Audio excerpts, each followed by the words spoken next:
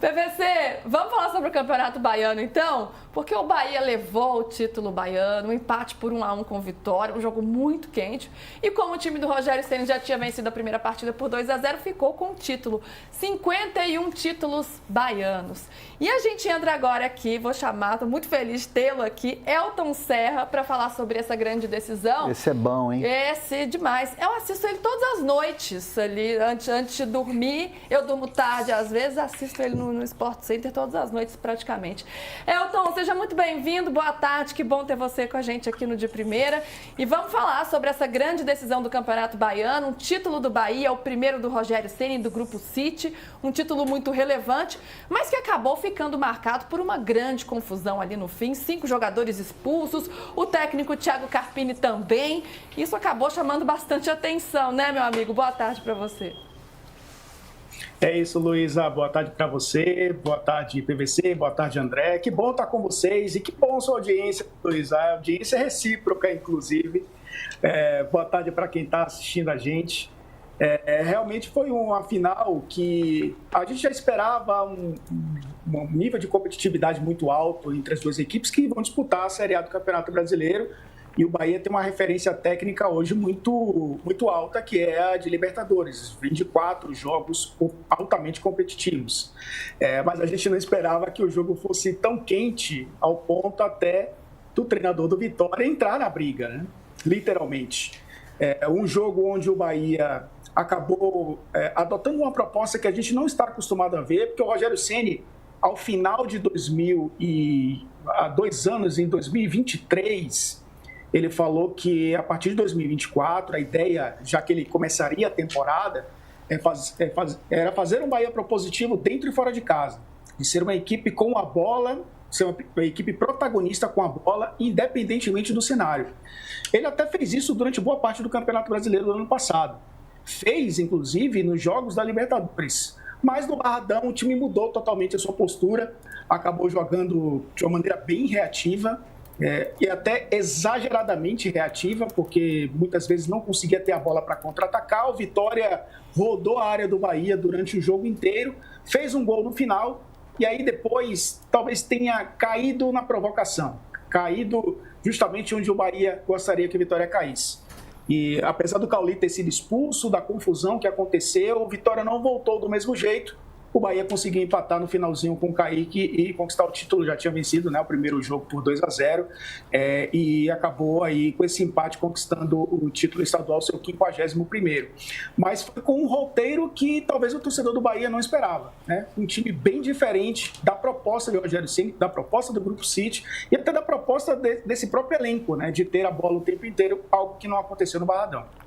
Você acha que se tivesse uma derrota, tudo bem, eu sei que na sexta-feira, Elton, o que estava se falando era, se no ano passado, na última vitória do Vitória, o Vitória virou em 45 minutos, podia virar em 90. Se tivesse virado em 90 minutos, teria algum tipo de pressão no Rogério Ceni ou o Grupo City está imune a isso? Porque do ponto de vista da questão tática, eu entendo o que você está falando, mas eu acho que tem uma questão olha, que nossa prioridade agora é preparar o time da Libertadores e do Brasileirão. Ainda que ele tenha escalado o time titular, né? Porque ele jogou o campeonato inteiro com reservas, as finais com desfalques e a final com o time titular, inteirinho. Menos o Lúcio e o Santiago Arias, que não é titular. Você acha que isso tem peso? Ou seja, você acha que ele entende que haveria uma pressão de torcida? PVC, eu acho que sim, no sentido externo. Isso aconteceu com o Renato Paiva também, né? Renato Paiva até conquistou o Campeonato Baiano em 23, mas com uma pressão por resultados, né? Nem por desempenho, porque era um projeto em formação, pelos resultados no Campeonato Brasileiro, ele pediu demissão. No fim desse mesmo ano, de 2023, antes da partida contra o Atlético, que decretou a permanência do Bahia na Série A, o Bahia venceu por 4-1, o Ferran Soriano, que é o CEO do Grupo City, na manhã daquele jogo, ligou para o Rogério Ceni e disse: independentemente do resultado, queremos você com a gente em 2024. Então, isso deu uma confiança muito grande para Rogério continuar. E a gente está falando de Campeonato Brasileiro, né? O Bahia poderia ter caído para a Série B do Campeonato Brasileiro. Então, o Campeonato Baiano não entra nessa conta. Ele permaneceria mesmo como revés, mesmo tendo uma virada de 3-2 no agregado, enfim, o Vitória conquistasse o título, porque o objetivo de colocar o Bahia na fase de grupos da Libertadores está cumprido, porque o Bahia está praticamente classificado, né, para as quartas de final da Copa do Nordeste, que também é o objetivo do Bahia na temporada, e que, para o Campeonato Brasileiro, que ainda nem começou, o Bahia tem uma projeção de fazer uma campanha até melhor do que fez no ano passado.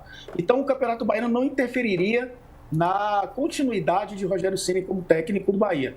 Agora, a gente sabe que o técnico, e ele falou sobre isso, né?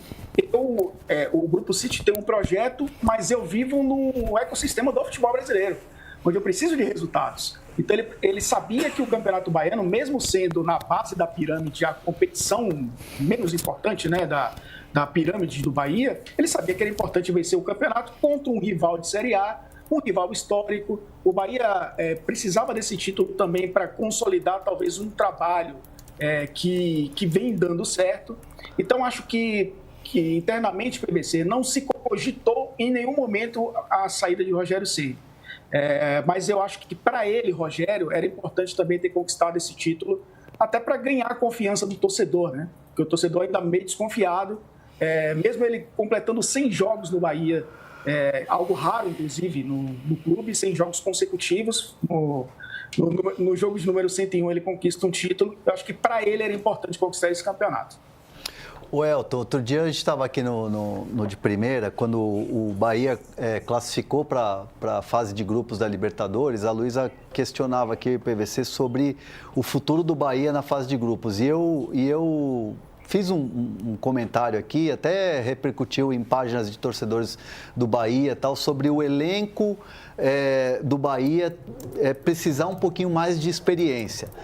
Tem o Everton Ribeiro, tem o Cauli, o jogador Jean Lucas, tem o Caio Alexandre, jogadores que têm ali uma certa experiência, que têm ali rodagem e tal, mas eu vejo que o elenco do Bahia é um elenco ainda muito inexperiente para uma fase de grupos de Libertadores e que isso pode fazer a diferença.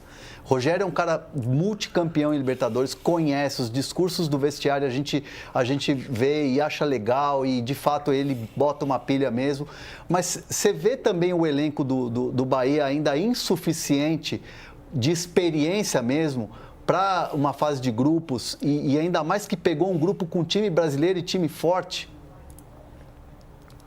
André, eu acho que tem dois pontos aí importantes para falar dessa questão. Acho que a questão da experiência, o Bahia, o PVC teve nos 4 jogos, né, comentando os 4 jogos do Bahia nas fases prévias da Libertadores, acho que foram 4 jogos para trazer uma experiência. O Bahia é o brasileiro que entra talvez com mais experiência em Libertadores em 2025, né? Pensando na temporada, porque já passou por 4 partidas. Verdade que 2 equipes bem inferiores, mas cenários desconhecidos para muitos. E eu acho que isso traz uma casca também, e eu acho que foi importante para a torcida entender como se joga a Libertadores. Eu acho que esses 2 jogos na Fonte Nova foram importantes. Agora, pensando no elenco, essa temporada trouxe algo que talvez a temporada passada não trouxe. Vai subindo escadinhas, né? Porque na primeira temporada do Grupo City, talvez o cara mais experiente ali tenha sido o Gilberto, né? O Gilberto veio lateral direito, né? Veio do futebol português, cara que é para tomar conta da lateral direita. E foi importante até na permanência do Bahia, fez um gol importantíssimo contra o Goiás, quase do meio campo. Um cara que tem também essa qualidade de jogar defensivamente, né, sustentar uma linha de 4, como um lateral construtor também, como foi utilizado nessa temporada. E faltou, todo mundo dizia que faltava experiência para essa equipe, que veio na temporada passada. Vocês citaram, né, o Everton Ribeiro, o Caio Alexandre. O Cauli já estava nesse grupo, mas nunca tinha jogado no futebol brasileiro, e na Europa jogou na Bulgária, né? Não está de longe, né? Talvez aí seja no grupo C da Nations League, a Liga C da Nations League. Então, acho que é um grupo que ano passado já ganhou essa experiência, e o Campeonato Brasileiro traz também uma casca para um time que joga 38 rodadas num campeonato muito competitivo. Verdade que o Bahia ainda buscava um goleiro, não conseguiu, e eu acho que isso, André, vai ser importante para a Libertadores. Eu acho que é a única posição, talvez, que o Bahia não tenha tanta confiança, né, para jogar, porque o Santiago Mingo, que é um cara que chegou para a zaga, ele é um cara novo, mas mostra muita experiência já também de competições internacionais. O Eric também, que veio do Atlético Paranaense, tem essa experiência de Libertadores, Sul-Americana, de grandes jogos. O Nestor e o Araújo, né, também 2 jogadores que ano passado estavam disputando essa competição. O William José, que é um cara que também dispensa comentários com relação à experiência. Eu acho o Bahia muito mais experiente assim, para disputar essa competição. Eu acho que os 4 jogos foram importantes. Eu acho que o brasileiro do ano passado também foi. Mas eu acho que tem esse ponto aí. Eu acho que o ponto do goleiro... Acho que o Bahia buscou o Ederson, inclusive, no início da temporada, e não conseguiu. Mostra que quer um cara, né, do tamanho do Ederson, do Everson, perdão, para ter um cara mais confiável, né, no gol. Mas de resto, eu acho que é um elenco que dá para jogar a Libertadores em alto nível, né, porque são caras experientes também que o Bahia foi buscar no mercado nas últimas 2 temporadas. Só lembrar uma coisa aqui, ó, que eu tô fazendo a conta. O Everson e também o John. O Bahia foi atrás do John. Sim. O Marcos Felipe jogou Copa Sul-Americana, Santiago Arias jogou Libertadores, o Canu jogou Libertadores pelo Botafogo, o Caio Alexandre jogou Libertadores pelo Fortaleza, Everton Ribeiro jogou pelo Flamengo, Jean Lucas jogou na época do Flamengo em 2017, o Ademir jogou pelo América, o Lúcio jogou pelo Liverpool do Uruguai. Everton Ribeiro é bicampeão, né? Bicampeão da Libertadores. Além do técnico, que tem uma baita experiência. Eu não acho que esse é o problema, minha opinião. Acho que o problema do Bahia hoje é que tem uma equação entre controle do jogo e definição do jogo, que não consegue resolver. Que pode resolveu contra o América de Natal, que acho que foi o melhor jogo da temporada. Contra o América de Natal, né, Elton? Mas assim, contra o América de Natal foi um jogo que resolveu em 20 minutos, né? E por outro lado, joga contra o Boston River, ele domina e não resolve. Essa equação pode melhorar. E já que a gente está falando bastante do Bahia, eu queria perguntar para o Elton sobre o Vitória, que fica com esse vice-campeonato, faz um gol durante a partida, dá uma esperança ali para o torcedor, mas depois acaba com a confusão, também o Bahia empata, então fica distante o título e aí acaba com o vice-campeonato. Um Vitória que atinge um objetivo na temporada de 2024 com a vaga na Copa Sul-Americana, né, Elton? O que dá para a gente pensar em termos de projeções para esse Vitória, apesar que chega nesta reta final de campeonato baiano com alguns questionamentos sobre o trabalho do Thiago Carpini por alguns jogos em que não apresentou o seu melhor futebol, né? O que dá para a gente esperar do Vitória agora que foi vice-campeão baiano, então não conquista esse título? Luiz, eu acho que olhando para o que o Vitória fez na temporada passada, que foi até surpreendente, se espera pelo menos o mesmo desempenho do Vitória em 2025, ou pelo menos a mesma faixa de tabela no Campeonato Brasileiro em 2025. Porque o Vitória fez uma nova reformulação no seu elenco, mas não foi uma reformulação que faz o Vitória subir de patamar e dizer, opa, vamos brigar pelo G10 agora aqui, G8. Tem a Copa Sul-Americana, que também vai ser importante, que vai dividir o calendário. Teria a Copa do Brasil, mas o Vitória acabou sendo eliminado na segunda fase. Eu acho que é um Vitória que talvez consiga repetir 2024. E 2024 já foi um ano onde quase todo mundo colocou o Vitória como candidato ao rebaixamento. Então, acho que o subir de patamar do Vitória é não ser considerado um grande candidato ao rebaixamento. Eu acho que é um time muito competitivo para permanecer na Série A. É claro que você está ali na 12ª, 13ª posição, você está flertando, né, com o rebaixamento. Mas eu acho que é um Vitória talvez muito mais cascudo para jogar 2025. O Thiago Carpini ele vinha de uma sequência invicta até esse jogo contra o Náutico, né? Era elogiado justamente porque o Vitória era imbatível, até usando o nome de uma das torcidas organizadas.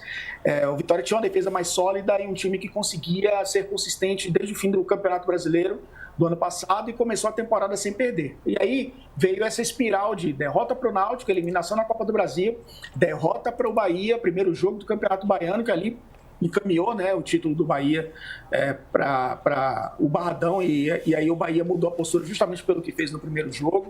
Então acho que é um Vitória que vive uma fase de oscilação justamente no funil nessa primeira parte da temporada, né? Porque a Vitória na Copa do Nordeste está classificada, o Vitória venceu 2 adversários de Série A na Copa do Nordeste, né? Venceu o Fortaleza do Castelão, venceu o Sport com o time reserva, porque poupou jogadores para enfrentar o Bahia. Então, o Vitória na Copa do Nordeste tem feito o seu papel, né? Num grupo que tem outros times de Série A, que são Sport e Fortaleza. A Vitória é líder desse grupo. Então, acho que é uma Vitória que, olhando para o trabalho do Carpini, que tem seus questionamentos, é verdade, mas é um elenco que não tem uma profundidade suficiente para fazer ele jogar diferente. E ele sofre muito quando o time tem desfalques. O Mateuzinho, que voltou a jogar ontem, jogou e o próprio Carpini confessou que ele não está 100%, e é o único jogador que consegue fazer o time funcionar do meio para frente. Chegou o PP agora, jogador do Grêmio, mas não é um meia atacante, não é um meia amador, né? Um cara que constrói a partir do campo de defesa. Eu acho que é uma vitória que dá para a gente pensar em permanência na Série A, com a mesma campanha do ano passado, talvez com menos sustos, olhando também pelo que o clube mostrou no passado, de sair de uma situação de candidatíssimo ao rebaixamento para um time que pode brigar, quem sabe, aí por uma das primeiras vagas na Sul-Americana. O trabalho do Thiago Carpini é um trabalho muito bom, né? Porque ele chega no Vitória no ano passado, depois da maneira que ele saiu do São Paulo. Acho que até para a imagem dele foi uma imagem desgastada, né? Um treinador muito promissor, e ele é muito bom treinador, mas a maneira que ele saiu de São Paulo era aquela coisa, parece que não vai mais, hein? Não é tudo isso não. E aí ele se recupera no Vitória. Eu tive a chance de estar com o Thiago Carpini e fazer uma visita lá na estrutura do Vitória, e ele me dizia que não era para se empolgar com Sul-Americana, que o primeiro passo era permanência na Série A, pé no chão, permanência na Série A, e o time conseguiu dar uma alavancada. A questão toda passa pelo investimento. Então, assim, o cobertor curto e o Fábio Mota, que é o presidente do Vitória, é um presidente que sabe segurar a questão da grana. Ele prega muito essa questão da responsabilidade. E para essa temporada, ele vai ter que contratar. Essa temporada vai ter que investir para o Vitória não ficar naquela coisa de um clube bolsa, né? Uma hora sobe, uma hora desce, uma hora sobe, uma hora desce. Então, esse ano é um ano de virada de chave para o Vitória. Então, vai ter que investir. Fala-se muito em um centroavante, um nome de peso. O ano passado o Alejandro foi o cara que fez a diferença. Então, assim, é um ano para o Vitória ter investimento, gastar um pouquinho mais para poder subir um pouco de prateleira. Ser um clube esse ano no Brasileirão para brigar por Sul-Americana ou até uma coisinha a mais, mas não ficar só brigando para não cair. E até por isso essa vaga na Sul-Americana foi tão importante, né? Uma competição internacional aí em disputa para o Vitória almejar coisas maiores. Que legal. Elton, muito bom ter você aqui. Obrigada, viu? Volte sempre, meu amigo. Obrigado, Elton. Obrigada mesmo. Grande beijo. Sempre um prazer estar com vocês, PVC, um beijo PVC, Isso. André, sempre um prazer estar com os amigos. Luísa, obrigado pela audiência, estamos juntos aqui no De Primeira também. Sempre que tiver a oportunidade de participar, estarei à disposição, então é só chamar. Grande abraço. Valeu. Grande abraço, muito legal. Ô, PVC e Hernan, vamos sair do Campeonato Baiano, vamos para o Campeonato